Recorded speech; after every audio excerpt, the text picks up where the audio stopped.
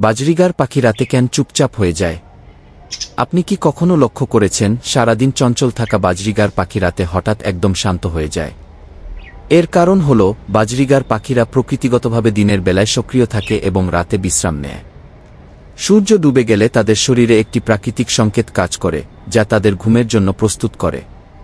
আরও মজার বিষয় হল বাজরিগার পাখির ভালো স্বাস্থ্যের জন্য প্রতিদিন অন্তত 10 থেকে 12 ঘণ্টা নিরবচ্ছিন্ন ঘুম দরকার।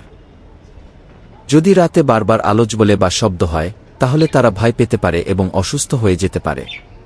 অনেক সময় রাতে হঠাৎ ডানা ঝাপটানোর শব্দ শুনলে ভয় পাওয়ার কিছু নেই। একে কি নাইট ফ্রাইট বলা হয়। কোনো শব্দ বা ছায়া দেখে পাখি হঠাৎ ভয় পেয়ে এমন করতে পারে। তাই আপনার বাজরিগারকে সুস্থ ও খুশি রাখতে রাতে শান্ত, অন্ধকার এবং নিরাপদ পরিবেশ নিশ্চিত করুন। আপনার বাজরিগার পাখি কি রাতে শান্তভাবে ঘুমায়?